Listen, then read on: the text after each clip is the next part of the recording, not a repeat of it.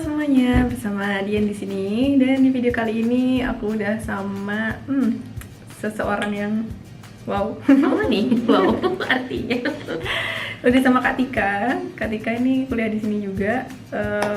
Dosen ya Kak ya? Iya. Iya. Oke. Kali ini kita akan bahas tentang beasiswa Sayentia karena Kak Tika ini dapat beasiswa Sayentia. Sebelum kita bahas, boleh kenalan dulu nggak Kak? Oke. Halo semua, salam kenal. Nama saya Tika. Nah, saya sehari-hari jadi dosen di Fakultas Kesehatan Masyarakat UI.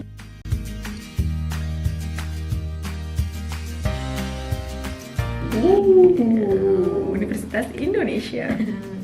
Ayo, siapa yang masuk UI? Nanti diajar sama Kak Tika. Terus di sini ngambil apa kan? Saya di sini ngambil PhD Public Health.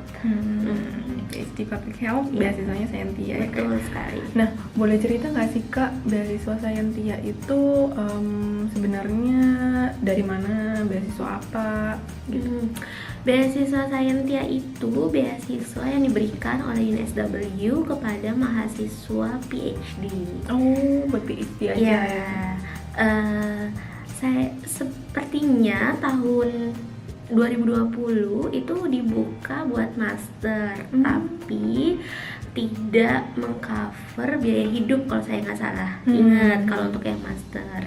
Tapi kalau untuk PhD, beasiswa Sayentia ini mengcover biaya hidup, biaya kuliah, lalu ada yang namanya career development program gitu. Wah, banyak juga ya yang di cover ya? Iya, lumayan. Ini menurut saya beasiswanya sangat generous, sangat baik sekali kepada mahasiswa-mahasiswa PhD-nya. Oh gitu, luar biasa nih. Nah, kalau beasiswa Sayentia dulu sepengalaman Kak Tika nih, gimana sih Kak cara daftarnya? Susah nggak sih?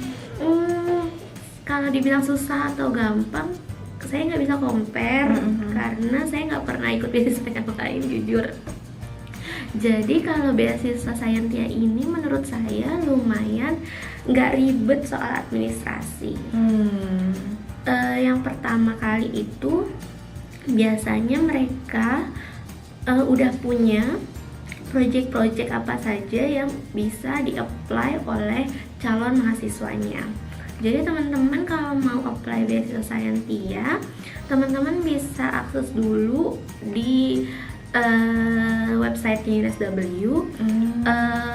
Saya lihat contekan dulu ya. Nah, beasiswanya itu saya selalu nggak salah sayentia.unsw.edu.au.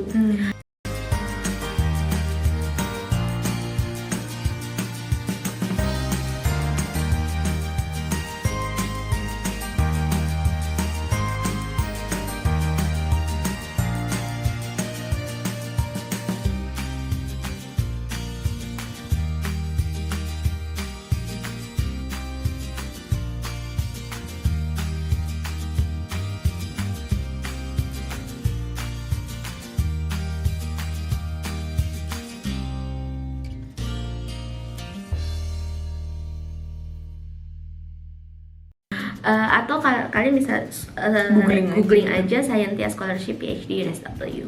Nah, di situ nanti ketika sudah ada periode waktunya, nanti ada beberapa project yang bisa di-apply. Jadi teman-teman bisa milih nih, kira-kira project mana yang sesuai sama interest dan kompetensi teman-teman semua. Gitu. Oh, jadi mereka udah punya list gitu ya Kak? Iya, mereka udah punya list. Jadi biasanya itu sekitar 60 sampai 70 proyekan lah satu tahun yang bisa di-apply oleh masing-masing future students. Luar biasa nih. Nah, itu tadi kan kalau ada di websitenya ya, kira-kira apa aja yang perlu dipersiapkan Kak? Nah, pertama ketika nanti teman-teman sudah menetapkan hati mau apply di project yang mana. Di situ nanti ada brief description project sama nama-nama supervisor. Jadi teman-teman bisa browsing juga apakah supervisor ini kira-kira profilnya cocok sama teman-teman. Terus teman-teman bisa ngerasa kayaknya aku sama profesor yang ini banyak kemiripan interest dalam ilmu yang kalian pingin tekuni. Itu kita bisa browsing di Google dengan nama-nama profesor yang udah tertera. Jadi udah ada primary supervisor dan juga supervisory team yang lain udah ada di situ listnya. Nah setelah itu nanti teman-teman diminta untuk ngisi expression of interest. Apa tuh? Nah expression of interest itu udah ada formatnya juga dari Scientia, jadi kita tinggal ngisi aja gitu di di online enggak ya di onlinenya. Waktu itu kalau saya nulis di Word ya dulu sebelum di copy paste ke online formnya gitu. Buat memastikan mantap gitu ya. Iya soalnya kalau itu takut salah ketik kan, typo. Jadi yang pertama kita disuruh menceritakan pengalaman kita sebelumnya yang relevan sama project yang kita apply. Nah, kalau saya waktu itu tentang case pro remaja, jadi pendidikan case pro pada remaja. Jadi saya jelasin kalau saya punya pengalaman dan banyak ketertarikan dengan kesehatan remaja gitu. Nah, di situ nanti mereka minta kita jelas, kalau jangan cuma kayak saya banyak project nih, kalau saran saya sih jangan cuma ceritain itu, tapi misalkan kita punya 10 penelitian atau 10 pengalaman meneliti, pilih at least 5 yang menurut kamu atau menurut kita itu yang paling kita punya peran paling menonjol. Nah, jadi kalau saya jelasin beberapa penelitian yang memang berkaitan sama kesehatan remaja dan di mana peran saya cukup besar di penelitian itu. Nah, lalu jangan terlalu, ya boleh dijelasin proyek penelitian tentang apa, tapi juga kita harus mampu mendemonstrasikan peranan kita di penelitian itu apa gitu. Jadi misalkan kita konseptual frameworknya kita yang bangun bersama tim. Terus misalkan kita juga menganalisis data, membuat pedoman, terus mensupervisi teman-teman pengumpul data. Nah, terus membuat laporan, membuat artikel. Nah, itulah yang kita jelasin di situ. Luar biasa. Nah, terus biasanya di situ ada juga diminta 5 research outputs kita, at least 5. Nah, kebetulan saya juga nggak banyak artikel di jurnalnya, jadi output di penelitian itu kan nggak harus jurnal, nggak harus manuskrip di jurnalnya publish gitu. Memang ada, tapi nggak semua penelitian saya kebetulan research output-nya berupa publikasi. Jadi saya menjelaskan research output yang lain. Misalkan ada penelitian saya yang bermanfaat untuk orang lain. Contohnya seperti peringatan kesehatan bergambar pada bungkus rokok. Nah, itu kan memang tidak dipublikasikan di jurnal, tapi hasil penelitiannya adalah gambar-gambar yang di bungkus rokok itu dipakai, ya kan? Yang kita lihat di bungkus rokok, yang iklan-iklan itu ya, kayak yang tenggorokannya bolong gitu kan, ada yang perban-perban gitu kan. Nah, itu dipakai, alhamdulillah berguna seperti itu. Nah, terus misalkan ada proyek pengabdian masyarakat yang diadopsi oleh beberapa kota atau kabupaten. Nah, itu pun juga saya masukkan. Jadi saya ingin mendemonstrasikan bahwa penelitian saya nggak berakhir di meja aja gitu, tapi juga bisa translate into policy atau sustain dan berguna bagi masyarakat. Oh, Itu aja luar sih. biasa. Keren gitu ya. Itu Terus apa biasa lagi, aja. Kak? Maksudnya kadang-kadang orang tuh fokusnya ke publikasi yang banyak gitu kan. Nah, kita juga harus nunjukin kita punya publikasi, tapi selain output publikasi ternyata banyak banget output lain yang juga diperhitungkan oleh si beasiswa Scientia. Bener. Jadi kalau misalnya publikasinya nggak banyak, jangan minder gitu ya. Kayak bisa dalam bentuk lain. Kira-kira Betul. misal project yang digunakan di industri, digunakan di masyarakat, itu juga bisa jadi nilai tambah gitu. Betul ya, Kak, ya. sekali. Luar biasa. Nah, terus selain itu memang ada, terus mereka minta jelasin kenapa sih kamu tertarik sama project yang kamu apply. Gitu. Itu cuma 200 kata, nggak banyak. Nggak sampai 1 halaman lah. Enggak, terus dia minta kita jelasin juga apakah nanti kalau kamu kerja di project ini itu akan menunjang karir kita. Jadi di situ teman-teman jelasin, oh saya memang kedepannya pengen berkarir yang relevan sama project yang teman-teman apply gitu. Itu yang ininya ya, apa namanya, interest tadi ya? Iya, expression of interest. Nah, itu pertama kali submit. ada yang lain lagi nggak? Nah, abis itu mereka akan, si supervisor kita akan menilai nih, akan membaca. Jadi abis dari situ mereka akan mewawancara tim supervisor kita. Kebetulan waktu itu aku di wawancara melalui Skype. Jadi nggak harus datang ke sini ya? Enggak, melalui Skype. Terus kemudian mereka akan memilih 2 sampai 5 besar shortlisted candidates. Nah, dari 5 besar itu nanti kita diminta untuk apply ke UNSW, apply online-nya gitu. Jadi kayak upload IELTS, terus upload publikasi, upload ijazah, transkrip, ya seperti kita apply universitas, kayak mahasiswa biasa gitu. Terus nanti ada tulisannya kamu butuh beasiswa atau enggak untuk sekolah di UNSW-nya. Terus saya tik ya butuh gitu kan. Nah, terus habis kita apply ini baru terus ada pilihan kita apply Scientia atau enggak. Terus kalau kita apply Scientia, kita diminta untuk mengupload Scientia scholarship application gitu. Ya itu kayak form gitu aja. Iya, kalau Scientia scholarship application formnya udah ada, dan mereka juga kayak ngebatasin wordnya nih. Jadi kayak misalkan mereka akan ada bobot-bobotnya juga. Jadi pertama ada excellence, itu 30% bobotnya.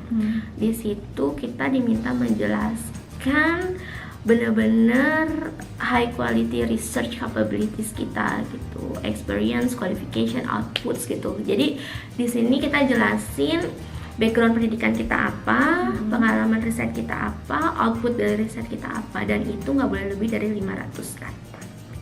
Banyak tapi singkat ya. Iya, betul.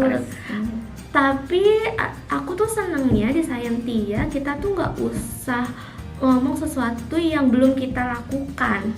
Jadi kalau misalkan kan kadang ada beasiswa yang apa yang ingin kamu lakukan ini. Nah, Scientia itu benar-benar menceritakan apa yang udah kita lakuin. Nah, buat aku yang orangnya nggak bisa berkata-kata, aku cocok banget dengan Scientia ini karena aku kayak cuma nyeritain pengalamanku aja, karena aku bukan tipe orang yang bisa bikin tulisan motivasi atau tulisan-tulisan yang bagus-bagus gitu. Kayak to the point aja gitu ya Kak? Iya betul, tanya Diana, aku orangnya to the point banget. Terus nanti ada research statement. Research statement tuh bobotnya 30%. Pokoknya mereka nanti ada bobot-bobotnya gitu. Semoga ini nggak berubah ya teman-teman. Nah kalau di research statement itu kayak brief description, kira-kira nanti di project itu kalian mau ngelakuin apa gitu. Terus metodenya bagaimana. Nah kalau ini juga cuma 500 kata, jadi nggak usah panjang-panjang. Jadi biasanya paragraf 1 background, udah selesai background langsung ke apa solusi kamu, nggak usah panjang-panjang. Udah misalkan kamu mau kuantinya mau ngapain, kualinya mau ngapain, langsung aja begitu. Nah terus kemudian ada yang global impact. Global impact itu 25% bobotnya. Kalau ini kita dijelasin motivasi kita melakukan penelitian di project tersebut, dan kira-kira project kita itu istilahnya bermanfaat gak sih untuk masa depan dunia gitu kan. Nggak usah muluk-muluk juga sih, masa depan Indonesia aja. Pokoknya berpengaruh nggak sih? Gitu? Iya betul. Nah di sini teman-teman lihat dikaitin juga sama visi misi UNSW yang 2025. Jadi teman-teman baca aja profilnya UNSW, itu lengkap banget. Jadi teman-teman bisa lihat visi misi UNSW itu apa sih kan. Ternyata UNSW itu ingin mengurangi gap, terus UNSW ingin semua orang mendapatkan akses pendidikan dan kesehatan yang sama kayak gitu. Terus tidak ada no one left behind seperti itu. Nah itu bisa banget teman-teman jelasin gitu di bagian tersebut. Jadi kalau advice dari aku, teman-teman baca dulu profil UNSW, terus kira-kira teman-teman kaitin tuh project teman-teman kira-kira bisa menjawab visi misi UNSW 2025 itu atau tidak. Itu bisa jadi membantu juga ya untuk meningkatkan kemungkinan diterima gitu. Terus ada yang terakhir career and development, itu 15%. Kalau di sini benar-benar bagaimana scholarship ini bisa berpengaruh pada karir ambisi, karir ambitions kita gitu. Nah jadi kira-kira dengan kita ikut PhD di Scientia, apakah kita akan jadi lebih baik, terus apakah ini akan menunjang masa depan karir kita. Nah itu teman-teman jelasin. Dan menurut saya nggak usah kayak saya ingin menjadi perubah, itu menurut saya nggak bisa diukur gitu.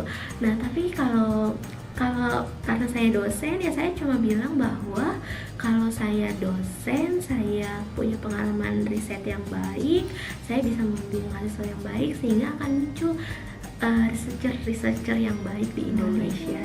Kan seperti itu. Jadi kayak harus bisa terukur gitu. Betul, ya Kak, dan nggak usah muluk-muluk tapi nyata gitu. Iya betul. Jadi fokus ke yang memang bisa diukur, nggak usah yang kayak saya ingin merubah Indonesia, how to change Indonesia gitu, dengan cara apa gitu. Sebenarnya banyak sekali hal-hal kecil yang bisa kita lakuin. Itu aja sih kalau saran dari saya. Terus kalau jangan lupa di PhD di Scientia itu kan ada dana kapasitas buat capacity building, ya kan. Nah itu bisa kita jelasin bahwa dengan dana capacity building ini itu sangat menunjang banget buat leadership kita, terus buat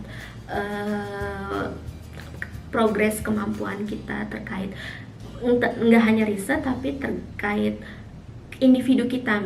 Jadi dana itu nanti bisa buat kalau kita merasa kurang bisa bicara di depan umum, bisa digunakan buat les public speaking gitu. Ada yang dananya sendiri ya Kak ya? Ada. Luar biasa. Jadi gak cuma dana hidup, gak cuma dana transport juga?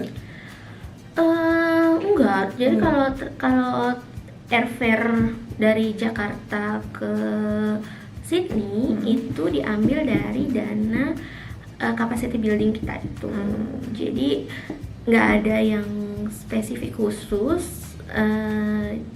Nanti deh aku ceritain gimana pembagian uangnya Scientia. Jadi kalian nanti jangan lupa tonton next video karena Katika akan jelasin tentang dana tadi ya, dana-dana apa aja sih yang di cover sama Scientia. Ini luar biasa banget loh beasiswa ini. Jadi tonton terus. Jangan lupa like, comment, and subscribe. See you on the next video. Bye.